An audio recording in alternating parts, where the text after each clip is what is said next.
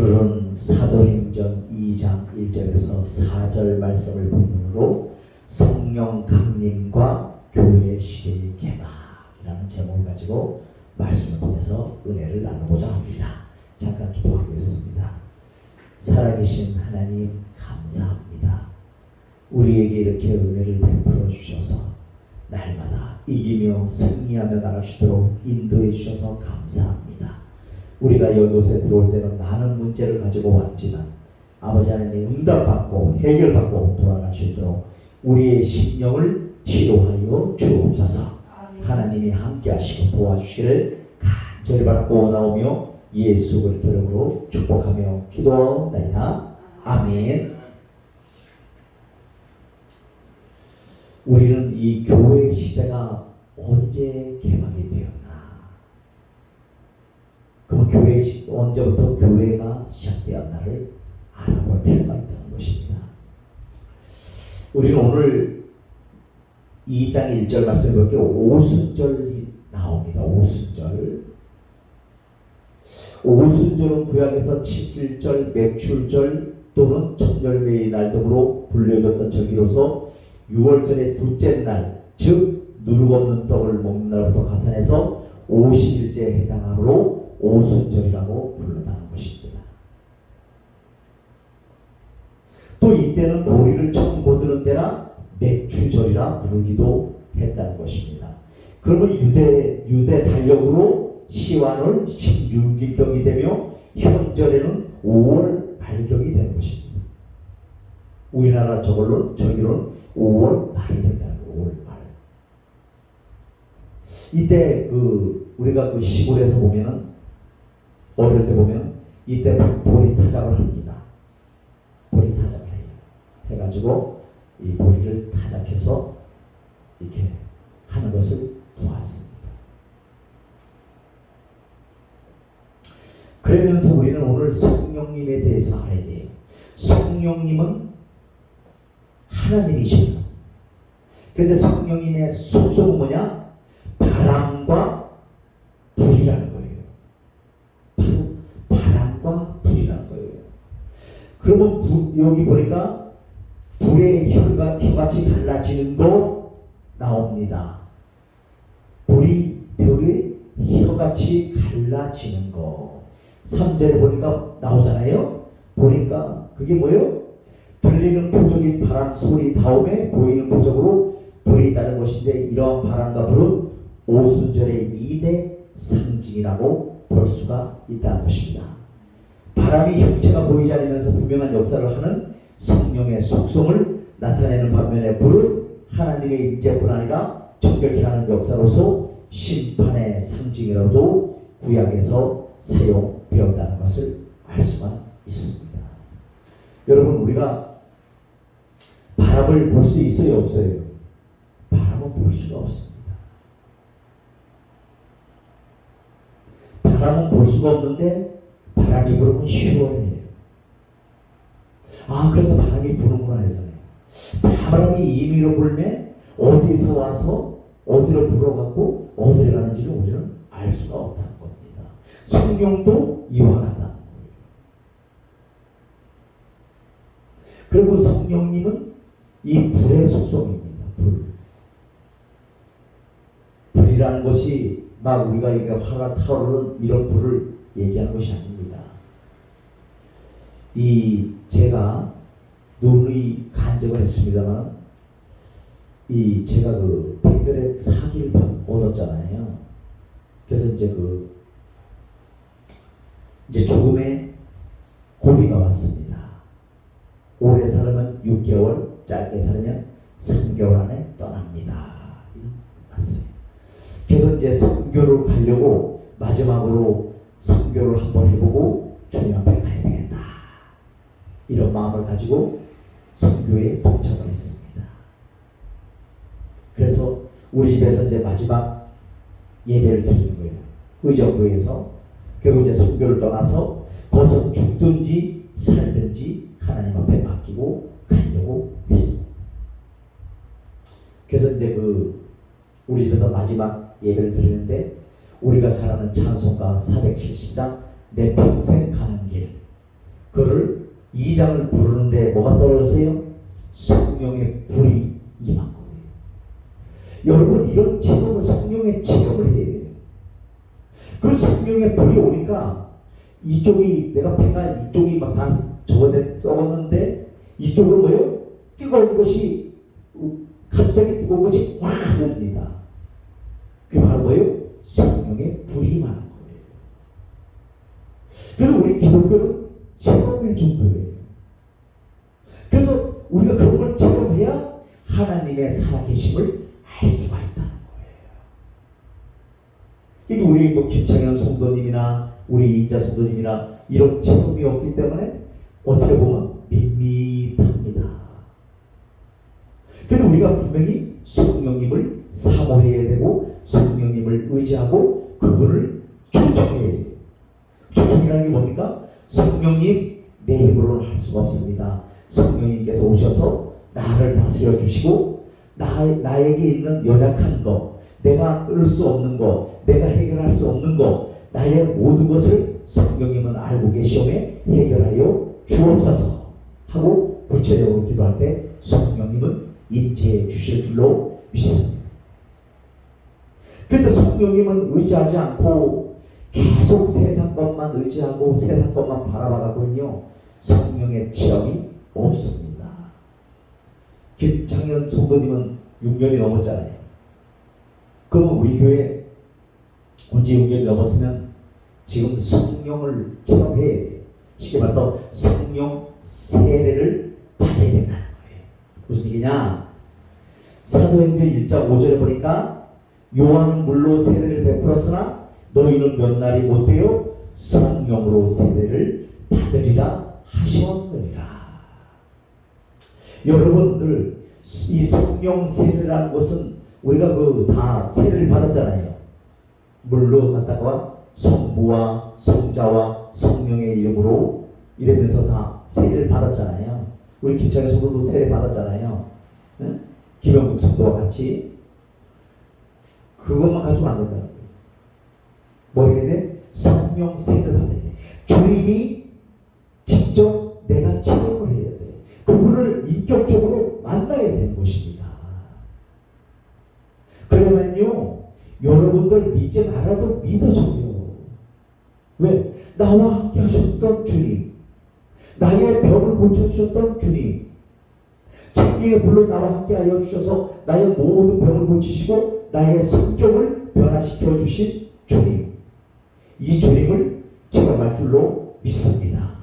그러면서 사도행전 1장 4절에 보니까 사도와 함께 모이사 그들에게 분부하여 이르시되 예루살렘을 떠나지 말고 내게서 들은 바 아버지께서 약속하신 것을 기다리라.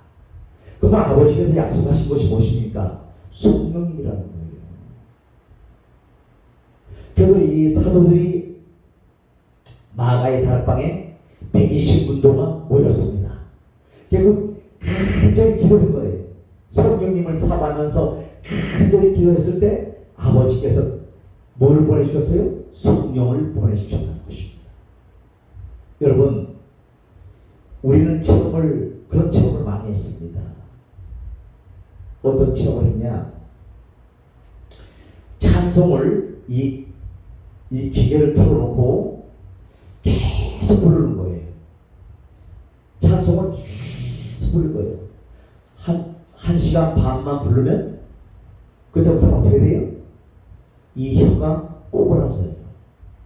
그러면서 방언이 터져요. 겟사르메카 하면서 방언이 터지면서 어떻게 돼요? 그때부터는 내가 기도하는 것이 아니라 성령께서 기도를 이끌어 가십니다.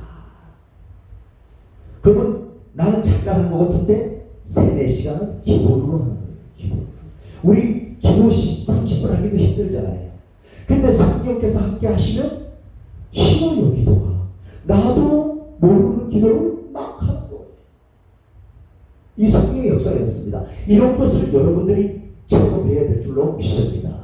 이런 걸 체험해야 여러분들도 하나님이 살아계시구나 이걸 확실히 깨달을 수 있는 줄 믿습니다. 그래 그런 걸 체험해야 돼요. 이번 주도 와서 그냥 이러고 있다가 더 더 다음 주도 또 와서 이게 아니라는 거예요. 그럼 아무런 의미가 없잖아요. 그렇잖아요.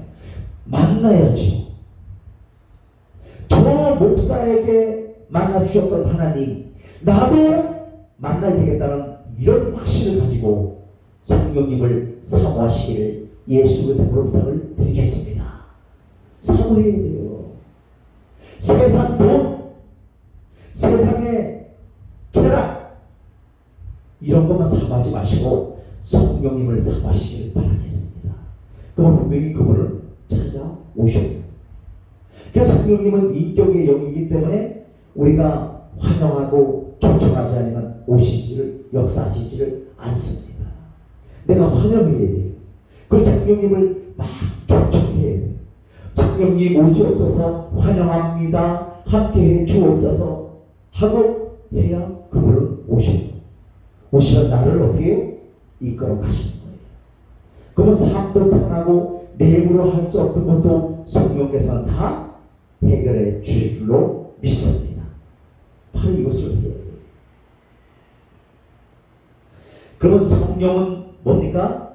성령의 역사하시는 운동은 청각적인 것, 그 다음에 시각적이고 영적으로 그리고 은사적으로 그들에게 제공되어졌다는 것입니다.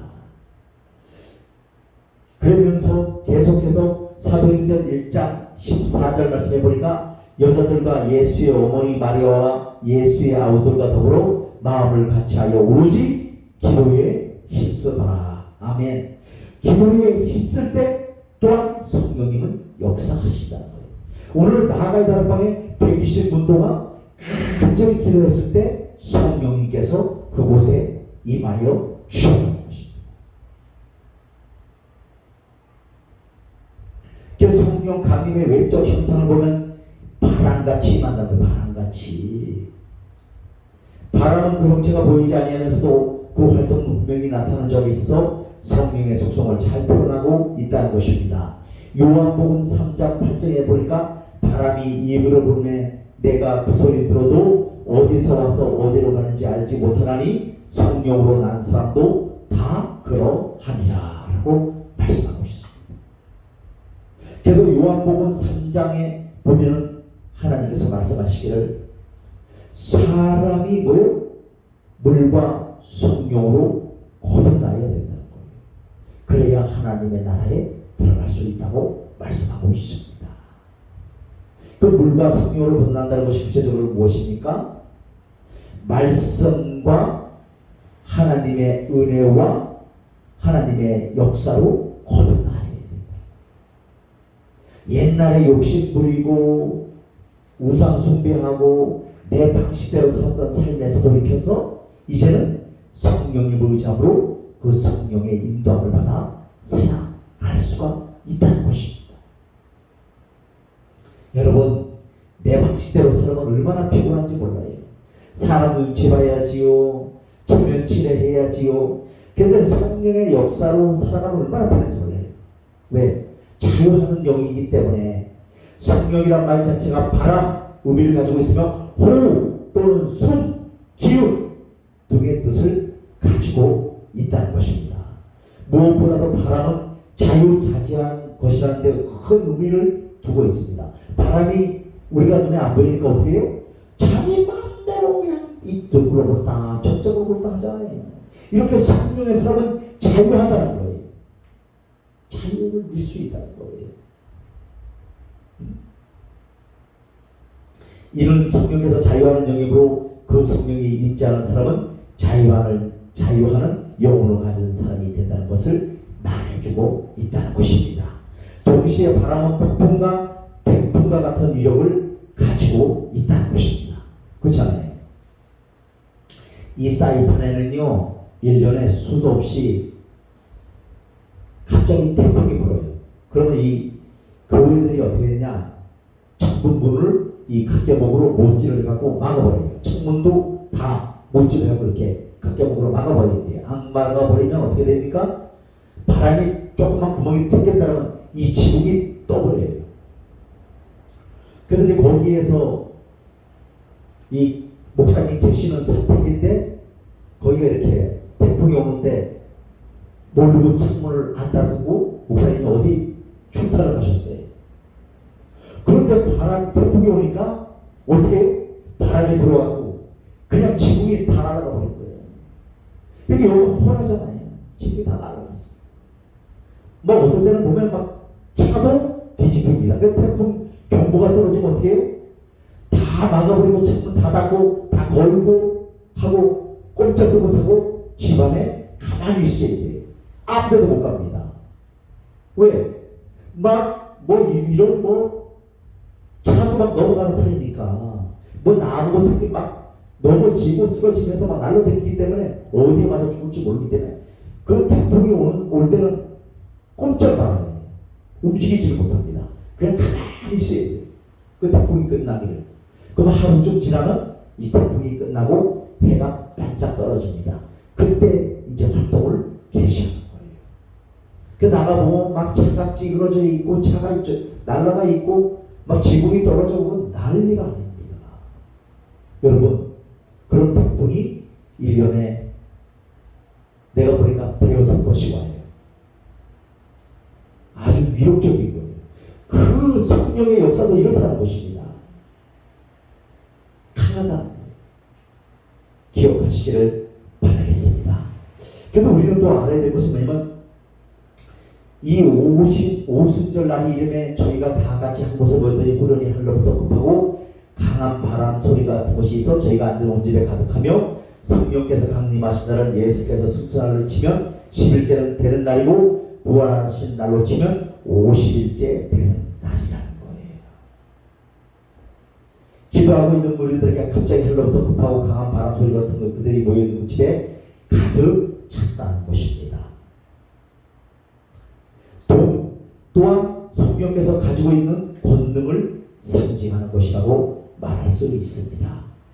요컨대 성령은 살아서 활동하는 자유하는 영이시며 동시에 그것은 무한한 권능을 소유하고 계신 영이라는 것입니다. 그래서 성령이 역사하셔서 우리가 어떻게 돼요? 자유함을 얻을 수 있다는 것입니다. 그래서 성령은 자유와 권능의 영이라는 거예요. 그 성령님이 하나님의 영이시고 또 불같이 임한다는 것입니다. 불의 형같이 달라지는 저희에게 보여 각 사람에게 임하여 있더니 바람처럼 청각적으로 감지된 성령은 불로서 시각적으로 나타내 보였습니다. 그래서 불로 하나님의 인재를 나타내는 것으로서 소멸시키는 기능과 심판의 기능을 나타내기도 한다는 것입니다. 그래서 출애굽기 2장 19절 말씀에 보니까 내가 아론이 강한 손으로 치기를 전에는 애굽의 왕이 너희가 가도록 허락하지 아니한다 라고 기록되어 있고요. 이사야 48장 10절에 보니까 보라 내가 너를 연단하였으나 은처럼 하지 아니하고 너를 고난의 풀무불에서 택하여 놓으라 라고 말씀하십니다. 여러분,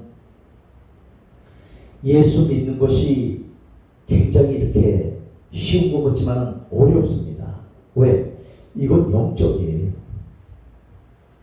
그래서 우리가 기분이 왜 들쑥 날쑥 좋았다 흐렸다 하는지 아십니까? 바로 이 마귀가 역사를 했어요. 악한 영이 자꾸 이 속에서 역사를 해서 어떨 때는 기분이 좋아서 히히거리다, 어떨 때는 기분 나빠서 이러고 있다가 계속 그러는 것입니다. 왜? 악한 영이 그렇게 듣고, 악한 영은 마귀는 무엇을 갖다 주느냐? 부정적인 거. 또 어떤 거? 안 된다, 죽어야 된다, 이런 것을 갖다 준 것이 마귀의 역사입니다. 성령의 역사는 오늘 말씀드렸잖아요. 자유하는 거예요. 기뻐하는 거예요. 감사하는 거예요. 이런 것이 성령의 속성인 줄로 믿습니다.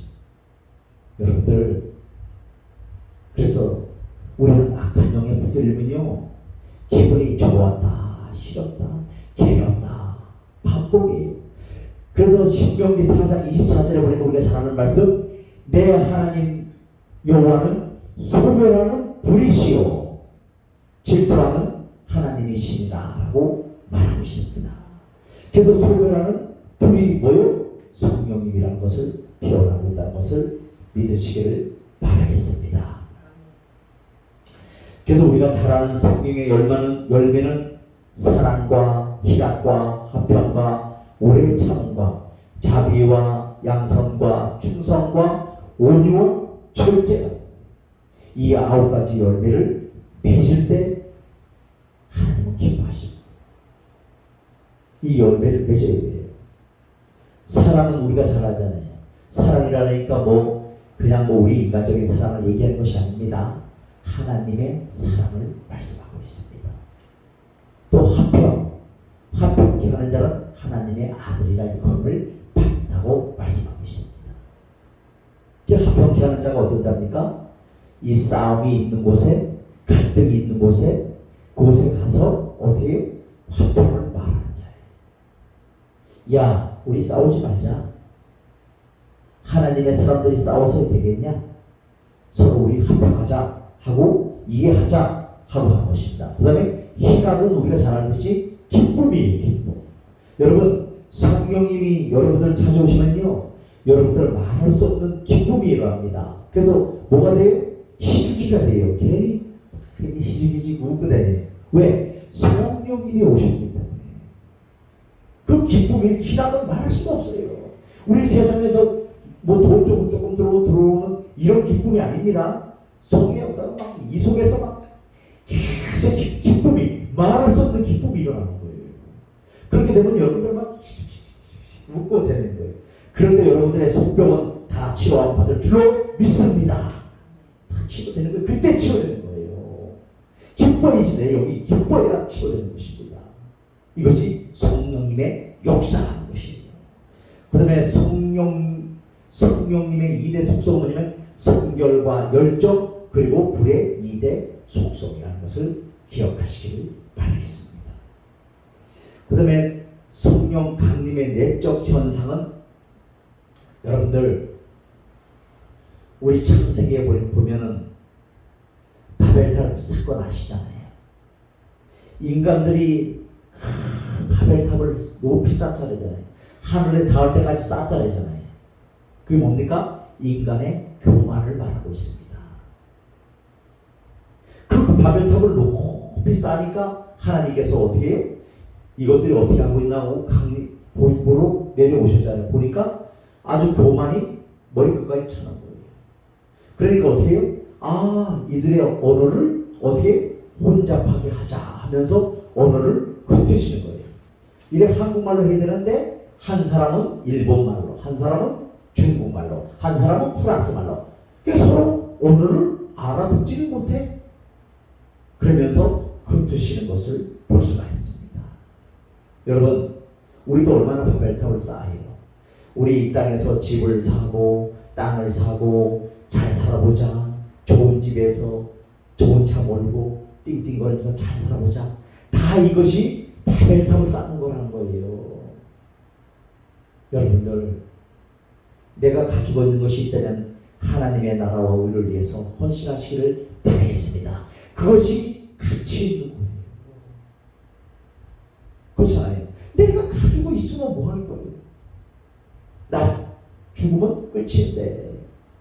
그렇지 않아요? 그래서 여러분들 잘 관리하시기를 바라겠습니다. 그러면 하나님께서 그 자녀들을 축복하시고 그 자녀들이 우리 그런 걸 많이 보잖아요.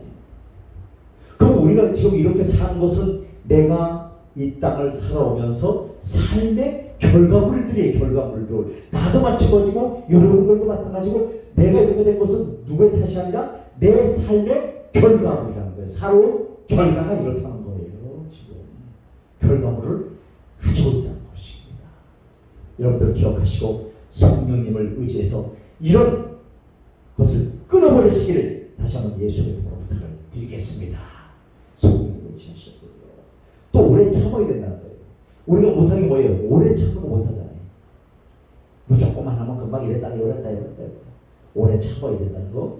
그 다음에 자비, 양선, 충성, 온유, 절제.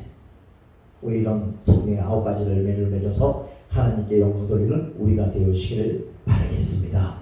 그래서 성령님이 오심으로 말미암아 바야흐로 복음의 시대, 선교의 시대, 은혜의 시대, 성령의 시대가 되었다는 거예요. 그럼 우리는 어떻게 해요? 지금 아버지 나 도와주세요 하고 기도하면 성령님은 오셔서 나를 도와주신다는 것입니다. 여러분들 깨달으시고 정말 성령 세례를 내가 꼭 받아야 된다 라고 믿고 오늘부터 작정하고 기도하시기를 바라겠습니다. 그럼 성령님이 체험을 주셔요. 하나님을 인격적으로 만나야 이 하나님이 살아계시다는 것을 알 수가 있습니다. 여러분들 우리가 말씀을 알으면 얼마나 알겠어요. 이게 체험을 해야 돼요. 우리 같은 사람은 체험을 많이 했습니다. 한 가지 간증만 하고 마치도록 하겠습니다. 제가 이제 큰 교회에서 이제 그 청년대 사역을 했어요. 같이 이제 청년부로 섬겼습니다. 그러다 보니까 거기는 수요일 날 밤 10시부터 새벽 4시까지 청년부 체험을 했습니다. 근데 이제 나하고 같이 옆에 갔던 친구가 우리 김창현 성도하고 좀 비슷한 사람인데 걔가 뭐를 받았어요? 방언을 받았어요. 막 기도하다가 갑자기 막 오토바이 하는 소리를 내는 거예요. 이게 뭐 하는 거예요? 이러보니까 방언을 받았네. 그래서 어떻게 했어요? 나도 하나님 왜 쟤한테는 주고 나한테는 방언을 안 주십니까? 하고 막 기도했어요. 앞에 사람 치든지 말든지 막 했어요. 5분 있으니까 어떻게 해요? 입이 말리면서 오토바이 가는 소리가 방언이 터지기 시작합니다. 여러분 사모하면 주셔요. 사모하시기를 바라겠습니다. 이딴 것만 사모하지 마시고 하늘 것을 사모하시기를 바라겠습니다. 그만 주신다는 거예요. 그래서 그때부터는 막 하는데 얼마나 침을 튀기면서 방언을 했는지 여기 앞에 사람 그 덩어리 있잖아요. 거기 침이 얼마나 튀겼는지 나중에 미안하게 하더라고요. 그래도 성령 체험하니까 그렇게 좋은 거예요. 방언을 하니까. 갯살을 깎아도 꽝고를 항상 하니까. 여러분들 성령 받고 싶습니까? 기도하시기를 바라고 사모하시기를 바라겠습니다. 세상 내가 이 환경대로 살아가지 마시고 하나님께서 함께 하시는 그 시간을 가지시기를 바라겠습니다. 여러분들 좀 좋아요. 시간이 많잖아요. 그럴 때 어떻게 해요? 조용히 앉아서 우리 목사님이 성령님이 오시면은 나의 문제를 나를 기쁘게 하신다고 했는데 성령님 찾아와 주옵소서. 나의 물어는 할 수가 없습니다. 성령님을 의지하고 환영하고 초청하오니 이곳에 오셔서 나를 자유롭게 하시고 나를 하나님의 사람으로 체험도 허락하시고 나를 인도해 주옵소서 하고 기도하면 성령님은 여러분들을 찾아와 주셔서 여러분들의 그런 어려운 문제 마음의 평강이 이 마음으로 해결되어지는 역사가 나타날 줄로 믿습니다. 그래서 꼭 성령님을 체험하시기를 바라겠습니다. 성령님을 체험하면요 걱정 없어요. 세상에 돈이 없어도 걱정 없어요. 왜? 그분이 주시는 그 기쁨만으로도 넉넉합니다. 그 하늘의 기쁨이 막 넘쳐서 어떻게 갈 수가 없어요. 그러니까 날마다 막 웃고 다니는 할렐루야 할렐루야 할렐루야 하면서 웃고 다니는 것입니다. 여러분 이런 삶을 사시길 다시 한번 예수 그리스도로 부탁을 드리겠습니다.